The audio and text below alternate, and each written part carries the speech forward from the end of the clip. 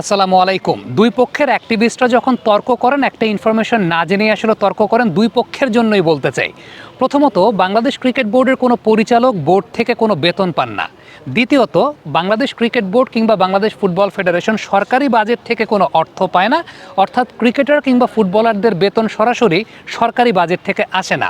প্রথমত ডিরেক্টরদেরকে নিয়ে আলোচনা করতে চাই। বাংলাদেশ ক্রিকেট বোর্ডের কোনো ডিরেক্টর, বাংলাদেশ ক্রিকেট বোর্ডের প্রেসিডেন্ট কিংবা আমি যেরকম উপদেষ্টা দায়িত্ব পালন করেছি, নীতি নির্ধারণী পর্যায়ের কেউই বাংলাদেশ ক্রিকেট বোর্ড থেকে কোনো বেতন পান না। তারা বেতন ছাড়াই কাজ করেন। তারা যে জিনিসটা পান সেটা হচ্ছে, যখন তারা কোনো বোর্ড মিটিং করছেন, সেই বোর্ড মিটিংয়ের সময় 5,000 টাকা করে পান, এবং যখন তারা বাংলাদেশ ক্রিকেট বোর্ডের কোনো কাজে বাইরে যাচ্ছেন তখন একটা টিএডিএ পান। সাম্প্রতিক সময় একটা ছবি খুব ভাইরাল হয়েছে যে বোর্ড পরিচালকরা বিজনেস ক্লাসে ভ্রমণ করছেন। সেই বিজনেস ক্লাসের ভ্রমণটা কিন্তু ব্যক্তিগত কাজে করছেন না, সেটা বাংলাদেশ ক্রিকেট বোর্ডের কোনো কাজেই যখন তারা যাচ্ছেন তখন তারা বিজনেস ক্লাসে ভ্রমণ করছেন। এখন প্রশ্ন আসতে পারে যে তাহলে বাংলাদেশ ক্রিকেট বোর্ডের পরিচালক হয়ে লাভটা কি? দেখেন, সত্যিকারের অর্থে লাভ যদি আমি বলি, সেখানে কিন্তু কেউ আসলে লাভের চিন্তা করে আসার কথা না। কারণ ক্রিকেট বোর্ডের পরিচালকের কাজটা হচ্ছে ক্রিকেটকে দেওয়া, ক্রিকেট থেকে নেওয়া না। তবে ক্রিকেট বোর্ডের পরিচালক হতে যারাই চান, প্রথমত একটা বিষয় কমন, সেটা হচ্ছে তিনি দুর্নীতিগ্রস্ত হন কিংবা না হন, ক্রিকেটের প্রতি প্যাশন থেকে আসেন। দ্বিতীয়ত যে বিষয়টা, সেটা হচ্ছে ক্রিকেট বোর্ডে আসার পর অনেকে যে কাজটা করেন, যেহেতু এখানকার কমিউনিকেশনটা অনেক ভালো, তাদের নিজস্ব যে ব্যবসা আছে সেই কমিউনিকেশনটাকে কাজে লাগিয়ে তাদের নিজস্ব ব্যবসার একটা প্রসার হয়। অনেকে আবার এরকম আছেন, অনেক ডিরেক্টররা, যেটা হচ্ছে যে ক্রিকেট বোর্ড যেহেতু অনেক থার্ড পার্টির কাজগুলো করে, তাদের কোম্পানি কিংবা তাদের আশেপাশের যে কোম্পানিগুলো আছে সেই কোম্পানিগুলোকে ক্রিকেট বোর্ডের কাজ দিচ্ছেন, সেখান থেকে তারা একটা কমিশন নিচ্ছেন। কিন্তু এগুলো কিন্তু আসলে ডিরেক্ট কোনো ইনকামের জায়গা না, বা এগুলো আসলে সত্যিকারের অর্থে ক্রিকেট বোর্ড থেকে বেতন পাওয়ার মতো কোনো জায়গা না। রাজনীতিবিদরা ক্রিকেট বোর্ডে আসতে চান এই কারণটা হচ্ছে, রাজনীতিবিদরা যত বেশি প্রতিষ্ঠানের সঙ্গে যুক্ত থাকবেন, এলাকার লোকজনকে চাকরি দেওয়ার জায়গা থেকে তাদের বেশ বিভিন্ন খাত তৈরি হবে, এলাকায় একটা প্রভাব প্রতিপত্তি তৈরি হবে। সো ক্রিকেট বোর্ডের পরিচালকের আসলে একদম প্রাইমারি জায়গাটা যদি আমি বলি, সেটা হচ্ছে যে ওকে, আমার ক্রিকেটের প্রতি প্যাশন আছে, ওই প্যাশনটা থেকে অনেকে পারিবারিক ঐতিহ্যটাকে ধারণ করার জন্য ক্রিকেট বোর্ডের পরিচালক হওয়ার চেষ্টা করেন। অনেকের জন্য এটা একটা ইগো ইস্যু। কিন্তু সত্যিকার অর্থে ক্রিকেট বোর্ডের কোনো পরিচালক ক্রিকেট বোর্ড থেকে বেতন পায় না। প্রেসিডেন্ট যে আছেন বুলবুল ভাই, তিনিও কিন্তু ক্রিকেট বোর্ড থেকে কোনো বেতন পান না। সো এই ব্যাপারটা অনেকে একটা ভুল ইনফরমেশন দেন। সো এই জায়গাটা আমার কাছে মনে মাথায় রাখা উচিত। দ্বিতীয়ত যে বিষয়টা, সেটা হচ্ছে ক্রিকেটারদের বেতন, ইভেন ফুটবলারদের কথাও যদি বলি, এই বেতনটা সরকারি বাজেট থেকে আসে কিনা? না, সরকারি বাজেট থেকে আসে না। ক্রিকেটার, ক্রিকেট বোর্ড তারা যে ইনকামটা করে সেটা সম্পূর্ণ ক্রিকেট বোর্ড কিংবা ফুটবল ফেডারেশনের নিজস্ব ইনকাম। কারণ এরা প্রত্যেকে স্বায়ত্তশাসিত প্রতিষ্ঠান। একটা বিষয় চিন্তা করে দেখেন, আমি তথ্যগত একটা ভুল হয়তো বা বলতে পারি, বাট অ্যাপ্রক্সিমেট ধরে নিচ্ছি 40, 45, 48টা ফেডারেশন আছে। তাহলে কি ব্যাপারটা এরকম যে ক্রিকেট বোর্ডের একটা ক্রিকেটার 10 লক্ষ টাকা বেতন পান মাসে, আর্চারি ফেডারেশনের একজন আর্চার তিনি মাসে 10 বা 20,000 টাকা বেতন পান? সরকার যদি টাকা দিত তাহলে পরে কি এত বৈষম্য করে টাকা দিত? ক্রিকেট বোর্ডের ইনকামটা আসলে কোন কোন জায়গায়, ক্রিকেটারদের বেতন কীভাবে হয়, সেই ব্যাপার নিয়ে আলোচনা করি। ক্রিকেট বোর্ডের ইনকাম, প্রথম যে বিষয়টা আসে সেটা হচ্ছে আইসিসির রেভিনিউয়ের জায়গাটা। আপনারা চার্টটা দেখতে পাচ্ছেন, আইসিসি থেকে যে রেভিনিউটা পাচ্ছে সেখান থেকে ম্যাক্সিমাম নাম্বার অফ অ্যামাউন্ট পাচ্ছে। দেন একটা অর্থ বছরের দেখাচ্ছিলাম আমরা 2022-23-এ, সেখানে এশিয়া কাপে পার্টিসিপেট করে বাংলাদেশ অর্জন করেছিল, টুর্নামেন্টের ইনকাম ছিল, সেলস টিভি ব্রডকাস্টিং রাইট থেকে ছিল, স্পন্সরশিপ রাইট থেকে ছিল, ব্যাংকে যে এফডিআর আছে সেই এফডিআর থেকে আদার্স ইনকাম এবং এক্সচেঞ্জ গেইন। এখন এই জায়গাটায় বাংলাদেশ যে আইসিসি থেকে টাকাটা ইনকাম করে, আপনারা যদি ঠিক এই মুহূর্তে চার্টটা দেখে থাকেন তাহলে দেখবেন যে 4%-এর কিছু বেশি অংশ বাংলাদেশ আইসিসি থেকে ইনকাম করে থাকে। মজার একটা বিষয় দেখবেন যে আইসিসির রেভিনিউয়ের বাংলাদেশ কিন্তু বেশি ইনকাম করে সাউথ আফ্রিকার তুলনায়, এবং বাংলাদেশের চাইতে অল্প কিছু বেশি ইনকাম করে ওয়েস্ট ইন্ডিজ এবং সেই সঙ্গে শ্রীলঙ্কা। অর্থাৎ বাংলাদেশ, শ্রীলঙ্কা, সাউথ আফ্রিকা তারা কিন্তু সমপরিমাণ ইনকামই করে আইসিসির রেভিনিউ থেকে। এবং মজার একটা বিষয় সেটা হচ্ছে যে বাংলাদেশের চাইতে সাউথ আফ্রিকা কম ইনকাম করে। এখন আপনি প্রশ্ন করতে পারেন যে বাংলাদেশের চাইতে আইসিসির রেভিনিউ থেকে সাউথ আফ্রিকা কম ইনকাম কেন করে? কারণটা হচ্ছে এখানকার ক্রিকেটের জোয়ারের জায়গাটা। ক্রিকেটাররা একটা নির্দিষ্ট সময় র্যাঙ্কিংয়ে কনসিস্টেন্টলি যে অবস্থানটা বজায় রেখেছিলেন ন্যাশনাল টিমের, সেটা একটা বিষয় থাকে। দ্বিতীয়ত, এইখানকার কর্পোরেট মার্কেটটা, মানে এখানকার ব্র্যান্ড ইমেজটা, ক্রিকেট, এখানকার দর্শকদের যে জায়গাটা, ঠিক এই জায়গাটাই আসলে বাংলাদেশ ক্রিকেটের ইনকামে প্রত্যক্ষভাবে ক্রিকেটাররা এবং আমাদের যারা ফ্যান্স আছেন, দর্শক আছেন, তারাই কিন্তু মূলত অবদান রাখেন। আবারও বলি, বাংলাদেশের ক্রিকেটের ইনকামের সঙ্গে দর্শকরা কিন্তু সরাসরিভাবে জড়িত।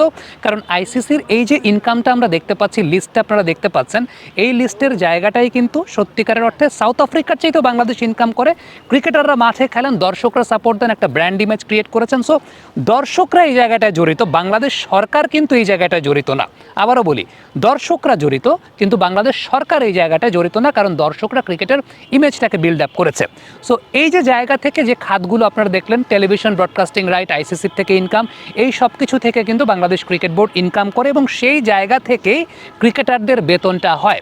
এখন অনেকে জিজ্ঞেস করতে পারেন যে তাসকিন আহমেদ বাংলাদেশের A+ ক্যাটাগরির ক্রিকেটার, তার বেতন কেন 10 লক্ষ টাকা হবে? তার বেতন কেন 10 লক্ষ টাকা হবে? একজন হয়তোবা সরকারি কর্মকর্তা যিনি আছেন, তিনি হয়তোবা বেতন পাচ্ছেন 60-70 হাজার টাকা, তাসকিনের বেতন 10 লক্ষ টাকা কেন হবে? এই টাকাটা দেশের অন্য কাজে ব্যয় করা যায় কিনা? দেখেন, এই টাকাটা তো সরকারি টাকা না, এই টাকাটা ক্রিকেট বোর্ড ইনকাম করছে, এটা ক্রিকেট বোর্ডেরই টাকা। এখন এটা বাংলাদেশের জন্য যেমন, সাউথ আফ্রিকার জন্যও তেমন, ইংল্যান্ডের জন্যও তেমন, শ্রীলঙ্কার জন্য তেমন, ওয়েস্ট ইন্ডিজের জন্য তেমন। বাবা, এত এনার্জি কই পাও? এই পাওয়ার চুমুকে অ্যাকশন। যে দেশের ক্রিকেট বোর্ড যেই টাকাটা আর্ন করছে, সেই টাকার প্রেক্ষিতেই কিন্তু ক্রিকেটারদের বেতনটা হচ্ছে। আমি খুব সিম্পল একটা কথা বলি, সেটা হচ্ছে বাংলাদেশ এবং ওয়েস্ট ইন্ডিজ সমপরিমাণ ইনকাম করে আইসিসি থেকে, সমপরিমাণ ইনকাম করে। বাংলাদেশের A+ ক্যাটাগরির ক্রিকেটার তাসকিন আহমেদ, তিনি মাসিক 10 লক্ষ টাকা বেতন পান।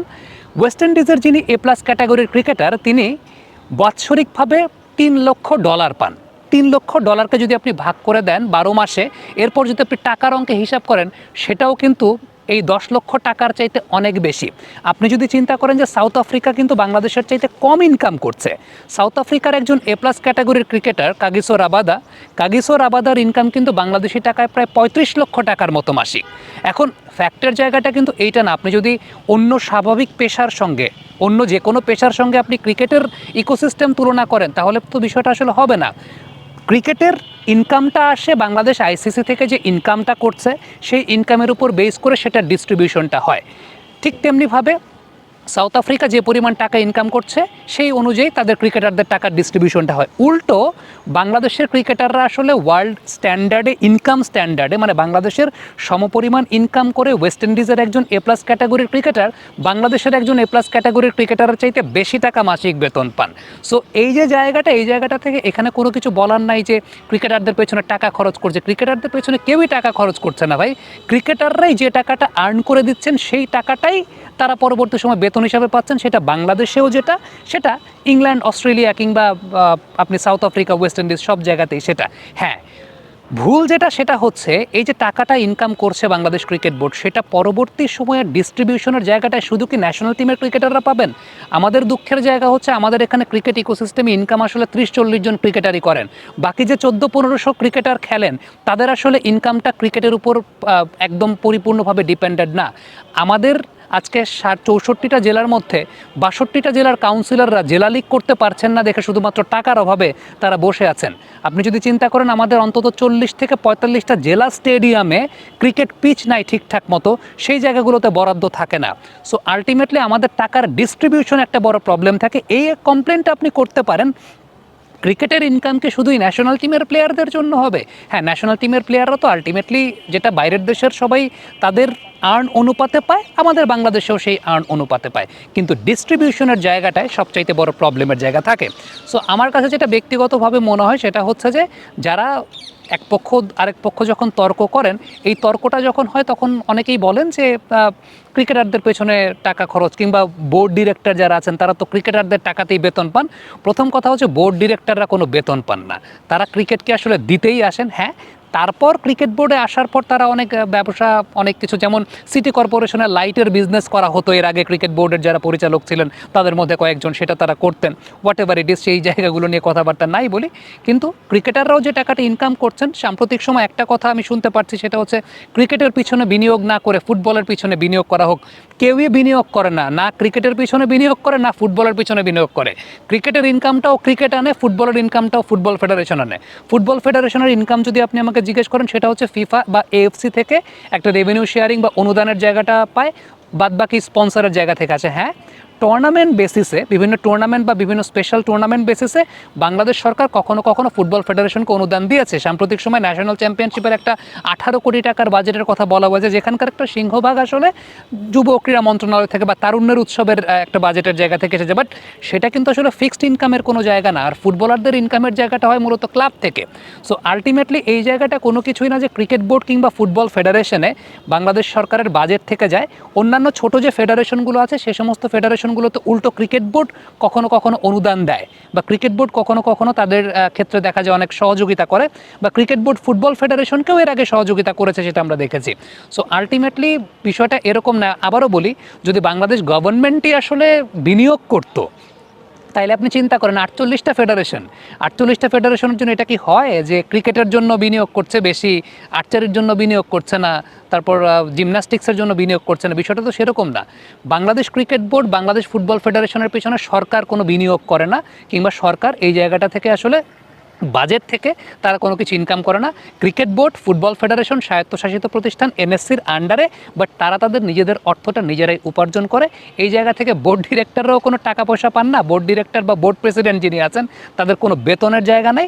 ক্রিকেটাররাও যে টাকাটা ইনকাম করছেন, এন্টায়ার ক্রিকেটিং ইকোসিস্টেমে যে টাকাটা ইনকাম করছেন, সেটা বাংলাদেশ ক্রিকেট বোর্ড আর্ন করছে, যেটা আপনারা একটু আগে দেখতে পেলেন যে কোন কোন খাত থেকে আসলে আর্ন করছে। সো যারাই আসলে যে পাক্ষিক তর্ক করেন না কেন, আমার কাছে মনে হয় যে রাইট ইনফরমেশনটা জেনে আসলে তর্কটা করা খুব জরুরি। কমেন্ট বক্সে আপনাদের মন্তব্য জানতে চাচ্ছি।